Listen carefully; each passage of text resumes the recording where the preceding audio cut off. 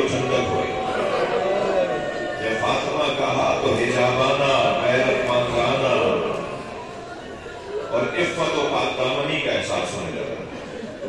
جب علی کہا تو ذہن کی بالیدگی شروع ہونے لگی.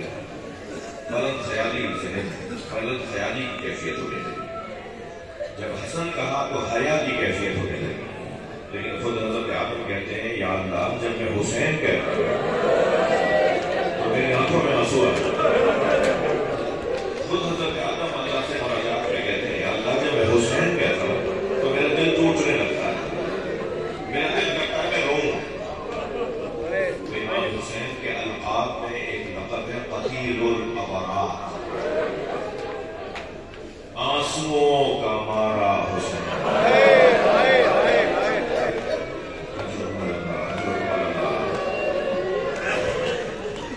مجھے جلدی نہیں ہے، مجھے کچھ سمجھ نے کہا ہے کہ 30-35 منٹ اور پڑھیں، لیکن شاید یہ 30-35 منٹ ایسے ہی گزریں گے جیسے اب شروع ہوئے. قتیل الابرار، آنسوؤں کا مارا حسین، جس کے نام پر آنکھ سے آنسو نکل آئے وہ امام حسین کے نام ہے. یہ حسین مولا کیا ہیں کہ ان پر آسمان بھی رویا ہے. امام رضا کی حدیث ہے کہ جس وقت میرے جد حسین پہ خنجر چل رہا تھا اس وقت آسمان سے امطرت السماء دمن احمرا، جو مولا رضا کا جملہ ہے وہ یہ ہے کہ آسمان سے خون سرخ خون برس رہا تھا. اور جب پتھر کو ہٹایا جاتا تھا تو پتھر کے نیچے سے تازہ خون ابل جاتا. یعنی پوری فضا اللہ نے پوری کائنات کو سوگوار بنایا. کبھی آپ نے غور کیا ہے پہلی محرم سے 10 محرم تک سب کے دل ٹوٹے ٹوٹے کے ہوتے ہیں. روایت سنا دوں آپ کو، جب چاند محرم کا نظر آتا ہے نا تو عرش سے حسین کے کرتے کو پھیلا دیا جاتا ہے. زمین پر عرش سے امام حسین کا کرتا بھیجا جاتا ہے اور وہ کرتا امام حسین کا زمین پر پھیلا جاتا ہے. تو امام حسین کے اس خون بھرے کرتے کی وجہ سے پوری زمین سوگوار ہو رہی ہے. اچھا ممکن ہے کوئی کہے کہ صاحب خانہ ہمارے معاشرے میں ایسے لوگ رہتے ہیں جن کو تو کوئی اثر ہی نہیں ہوتا اور کوئی فرق نہیں پڑتا کہ محرم ہے یا نہیں ہے. تو بات ان کی ہو رہی ہے کہ جنہیں اللہ نے قلب سلیم عطا کیا. یہ علیحدہ بحث ہے کہ انسانوں کی قسمیں کون سا انسان کس طرح سوچتا ہے، کون سا انسان کس طرح سوچتا ہے. اس وقت کی میری بحث نہیں ہے، صرف اشارہ تمام کر رہا ہوں کہ انسانوں کی قسمیں ہمیں انہیں نہیں دیکھنا کہ جنہیں نظر نہیں آ رہا، ہمیں انہیں دیکھنا ہے جنہیں نظر آ رہا ہے. تو نظر آنے والوں کی یہ ذکر ہی چھوڑ چکے ہیں. قتیل الابرار حسین، ان الحسین مصباح الہدی و سفینۃ النجات. سرکار کی گود میں 3 سالہ حسین بیٹھے.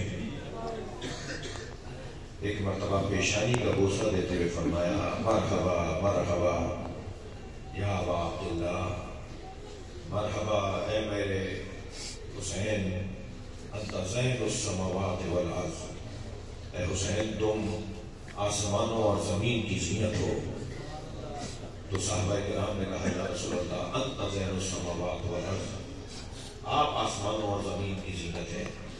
فرمایا انا ابنی ھذا، نبی مکرم فرماتے ہیں انا ابنی ھذا، یہ میرا بیٹا حسین، کانا اکبر فی السماء من العرض، یہ آسمانوں پر زمین سے زیادہ بڑا ہے.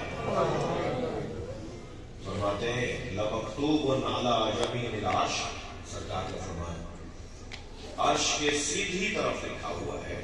لمکتوب علی یمین العرش، عرش کے سیدھی طرف لکھا ہوا ہے ان الحسین مصباح الہدی و سفینۃ النجات. حسین چراغ ہدایت ہے اور کشتی نجات ہے.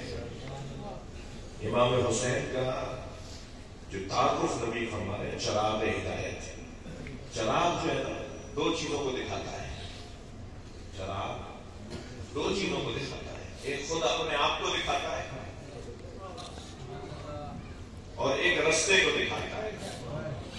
چراغ کا کام ہے دو چیزیں دکھانا. چراغ جلتا ہے تو سب اس کی طرف دیکھتے ہیں.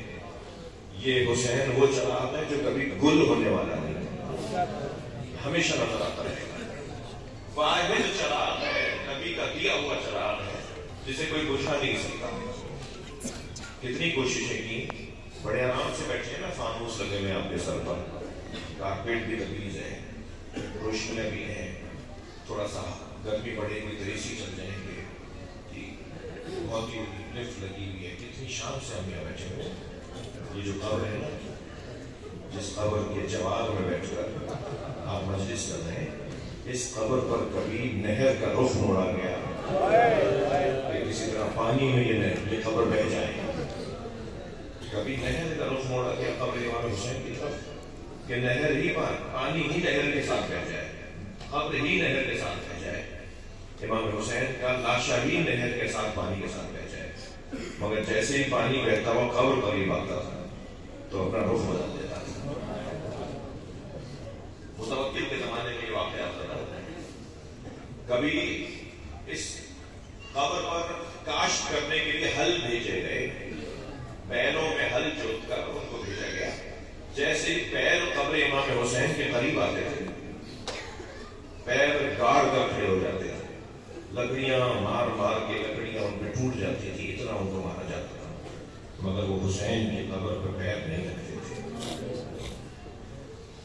اس قبر کو مسمار کرنے کے لیے لشکر بھیجے گئے کہ آج یہ جو تاریخ ہے حرم امام حسین، کبھی اس موضوع پر بات ہو کہ تاریخ ہے تعمیر حرم امام حسین، یہ آج روزہ آپ کے سامنے ہے.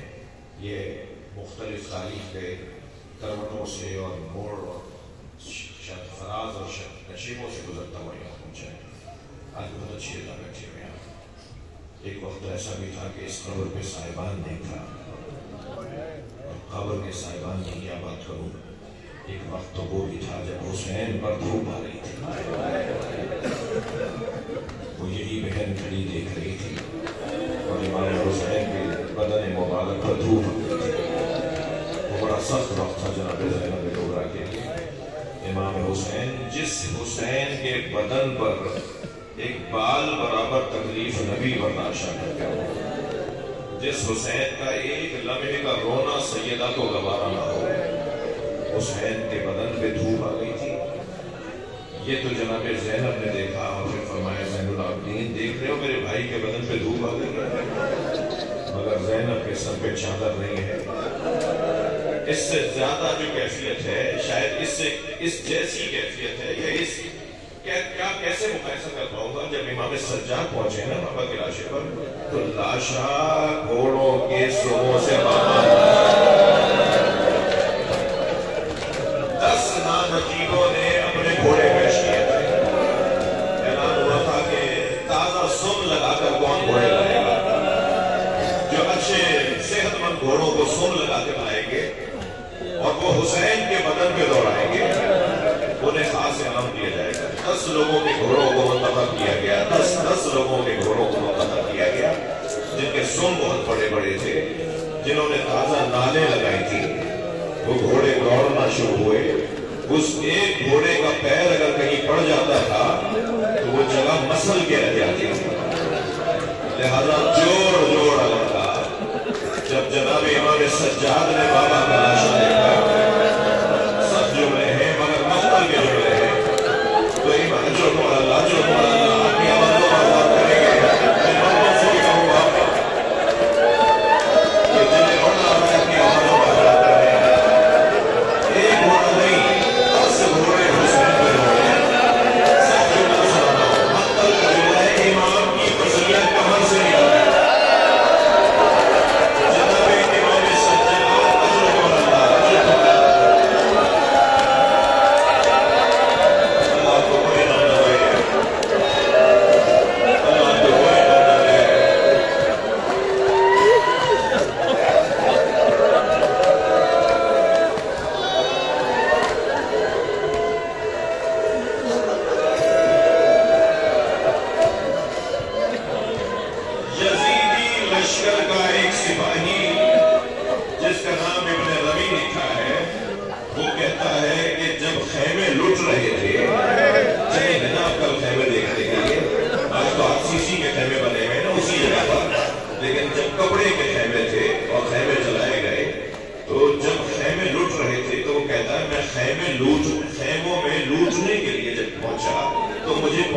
دیر ہو گئی تھی، سب لوٹ کے لے جا چکے تھے. میں نے کیوں نہ کہا تھا بعض اوقات ایک جملہ رونے کے لیے کافی ہوتا ہے. میں بہت زیادہ طویل مسائل پڑھنے کا مجھ میں حوصلہ نہیں ہے. بہت سخت جملے ہیں جو مقتل میں سنی شیعہ مقتل میں لکھے ہوئے ہیں. یعنی مقتل تاریخ ہوتی ہے اور سنی شیعہ نہیں ہوتی تاریخ ہوتی ہے. بعض اوقات ایک جملہ ہونے کے لیے کافی ہوتا ہے. ایک جملہ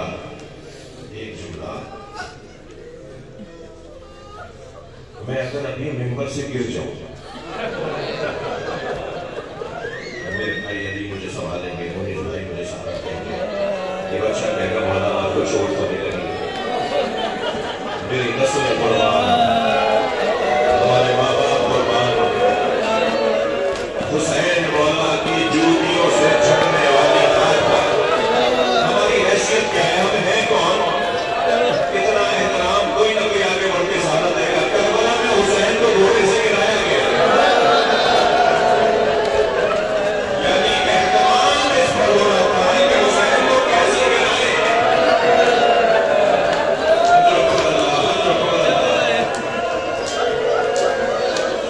سب جملے ہیں، سن لیجئے. امام کو گرانے کا احترام یہ تھا، کوئی دوڑتا ہوا آتا تھا نیزے کی ہنی لگاتا ہے کہ اب حسین اس وجہ سے گرے گے. کوئی دوڑتا ہوا آتا تھا بازو پہ تلوار مارتا کہ اب شاید حسین اس پہ گر جائے. مگر حسین بھی جو ہے علی کرام کا بیٹا، اس کیفیت میں بھی جہاں رخ موڑتے تھے فوجیں بھاگنے لگتی. سینکڑوں زخم لگ چکے تھے زہرا کے لال کے بدن پر، مگر تب بھی جلال ایسا تھا جہاں اپنا چہرہ موڑتے تھے سپاہی بھاگنے لگتا تھا، اسے خوف ہوتا تھا.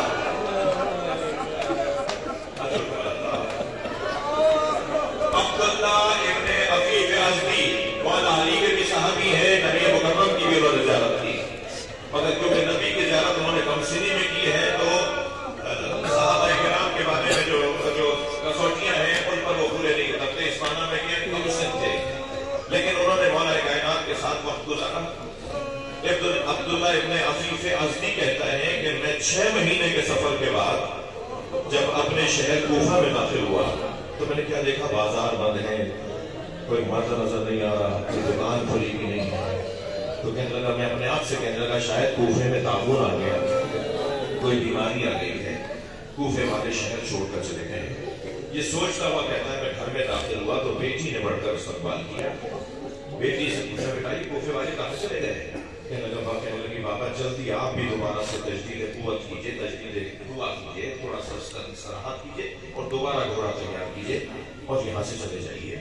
کچھ فاصلے پر ایک بیابان ہے جسے کربلا، وہاں ایک باغی نے خروج کیا. حاکم کا اعلان یہ ہے کہ اگر کوئی اسے مارنے نہیں گیا اور یہ خبر آ گئی کہ تم مارنے نہیں گئے تھے تو سزا دی جائے گی. تو عبداللہ کہنے لگا وہ باغی کون ہے جس نے حاکم کے خلاف خروج کیا ہے؟ کہ بابا نام نہیں بتایا جا رہا. ہاں ایسا بھی ہوا. بہت سارے لوگ کربلا میں یزیدی سپاہیوں میں تھے جنہیں پتہ نہیں تھا ہم کسے مارنے آئے. تبھی امام حسین نے بار بار خطبے دیے، بار بار حجت تمام کی کہ میں کون ہوں. ایک حدیث امام حسین نے عاشور کے دن 3 مرتبہ دہرائی تاکہ کوئی نہ رہے یزیدی لشکر میں جو جہالت میں میرے اوپر تلوار چلا رہا ہو. امام نے فرمایا میں تم لوگوں سے مخاطب ہو کر کہہ رہا ہوں کہ کیا تم نے نبی کی حدیث نہیں سنی؟ ان الحسن والحسین سیدہ شباب اہل الجنہ. حسن حسین جوانوں میں جنت کے سردار ہیں. لوگوں سے اقرار لیتے تھے مجھے جواب دو، تم نے نہیں سنی؟ لوگ کہتے تھے ہاں ہم نے سنی ہے. تو فرماتے تھے وہ حسین کون ہے میرے علاوہ؟ وہ کون ہے جس کے ہاتھ میں جنت ہے میرے علاوہ؟ تمہیں کیا نبی نے نہیں کہا کہ جنت حسین کے ہاتھ میں؟ یہ کیسے ممکن ہے مجھے مار کے تم جنت میں جاؤ گے؟ یہ حدیث عاشور کے دن امام حسین نے 3 مرتبہ دہرائی ہے. جب امام 4تھی مرتبہ خطبہ دینے لگے تو شادیانے بج رہے تھے، ڈھول تاشے بج رہے تھے. یزیدی لشکر میں کم سے کم 30,000 کی تعداد تو مسلم ہے. 30,000 زیادہ سے زیادہ 1,20,000 جو زیادہ تعداد دیکھیے. نہیں ہم 30 مانتے ہیں، ہم 30 نہیں، اس سے بھی اگر کم کے اوپر اقرار کر لیا ہے. ہزاروں کی تعداد. حسین اکیلے کو مار رہے ہیں. تو امام گھوڑے پہ آپ جائیں گے دیکھنے کے لیے جہاں امام حسین کا مکالمہ ہوا ہے پسر سعد کے ساتھ. جب امام خطبہ دینے لگے تو آواز پسر سعد کی امام کے کانوں تک نہیں آتی تھی. امام اونچا بول رہے تھے تب بھی وہ سن نہیں پا رہا تھا. تو حضرت نے فرمایا اپنے لوگوں کو خاموش کرواؤ, میں کچھ کہنا چاہتا ہوں تم سے. تو اس نے حکم دیا, آواز لگائی کہ سب خاموش ہو گئے. سب خاموش ہو گئے مگر گھوڑوں کے ہلانے کی آوازیں, اونٹوں کے گلے میں جو گھنٹیاں بندھی ہوئی تھی اور پیروں میں جو بازے میں اور گھنگرو بندھے ہوئے تھے ان کی آوازیں, اور شور آ رہا تھا. تو امام نے فرمایا لوگ خاموش نہیں ہوئے, آوازیں بند نہیں ہوئی. تو کہنے لگا کہ انسانوں کی آوازیں نہیں ہیں, جانوروں کی آوازیں ہیں. تو جب اس نے کہا نہیں جانوروں کی آوازیں, تو اس جگہ آپ جائیں زیارت کرنے, اس جگہ امام نے اپنے ہاتھ کو فضا میں بلند کیا. جیسے امام حسین نے فضا میں ہاتھ کو بلند کیا سناٹا طاری ہو گیا. جس اونٹ نے پیر اٹھایا ہوا تھا وہ اٹھائے رہا, جس جانور نے گردن موڑی تھی اس کی گردن موڑی کو نہیں رہ گئی, اور کربلا میں سناٹا طاری ہو گیا. تو امام نے فرمایا یہ جنہیں تم جانور کہہ رہے ہو یہ مجھے ابھی پہچان رہے ہیں, یہ مجھے جان رہے کہ میں کون ہوں.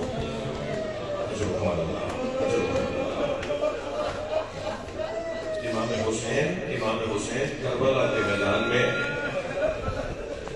عبداللہ ابن عفیفی ازدی کہتا ہے کہ میں نے پوچھا کون ہے باقی کا, نہیں نام نہیں بتایا گیا مگر اتنا ہے کہ اسے مارنے جائیں تاکہ کوئی سزا نہ ملے.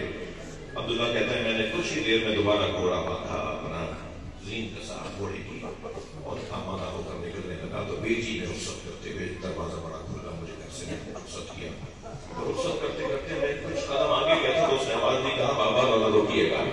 تو میں نے رک کر بیٹی کی طرف دیکھا, کہا بابا آپ جنگ پر جا رہے ہیں اور جنگ میں مال غنیمت میں اگر عقیدے یمنی مل جائے, یمنی پتھر مل جائے, اگر یمنی پتھر مل جائے تو میرے لیے ضرور کہیے گا. میں گلے کا ہار بنانا چاہتی ہوں, میں یمنی پتھر سے زیورات بنانا چاہتی ہوں. عبداللہ کہتا ہے کہ میں گھوڑے پہ بیٹھا کوفے سے کربلا روانہ ہوا. جب کربلا پہنچا تو عاشور کا دن تھا, عصر کا وقت تھا. میں نے عجیب منظر دیکھا, ایک 56 سالہ بوڑھا زخمی ہے جس کا امامہ کھل کے اس کی گردن میں آ گیا, جس کے بدن پر سینکڑوں زخم لگ چکے ہیں, اس کے سارے جوانوں کو مارا جا چکا ہے, وہ اکیلا رہ گیا ہے. اسے مارے تو جنگ تمام ہو جائے, مگر اس کا جلال ایسا ہے, وہ جہاں رخ موڑتا ہے فوجیں بھاگ رہی ہوتی ہیں, وہ جہاں گھوڑا موڑتا ہے سپاہی بھاگ رہے ہوتے ہیں. میں نے ایک بھاگتے ہوئے سپاہی سے کہا تم ایک ہو, یہ ایک ہے, تم ہزاروں, تم ایک سے گھر کیوں رہے ہو. تو وہ بھاگتا ہوا کہنے لگا یہ ایک ہے, اس ایک بھائی کا نام عباس ہے.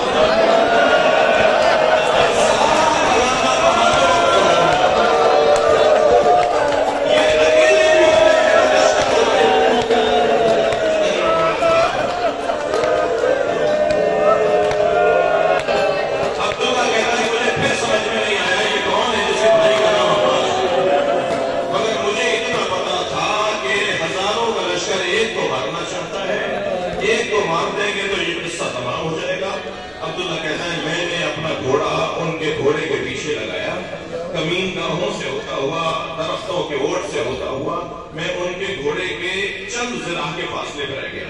ذرا کہتے ہیں ایک کوہنی کو, یعنی کوہنی سے لے کے انگلیوں کے سرے تک, کہتے ہیں چند ذراع کا فاصلہ رہ گیا تھا. ان کا گھوڑا آگے جا رہا تھا, میں ان کے گھوڑے کے بالکل قریب آ گیا تھا, اور اتنا قریب تھا کہ بس میرا گھوڑا جست لے اور میں تلوار ماروں تو وہ کام تمام ہو جائے گا. عبداللہ کہتے ہیں میں نے بس ارادہ کر کے تلوار نکالی تو انہوں نے مڑ کر مجھے دیکھا اور کہا عبداللہ قریب آ.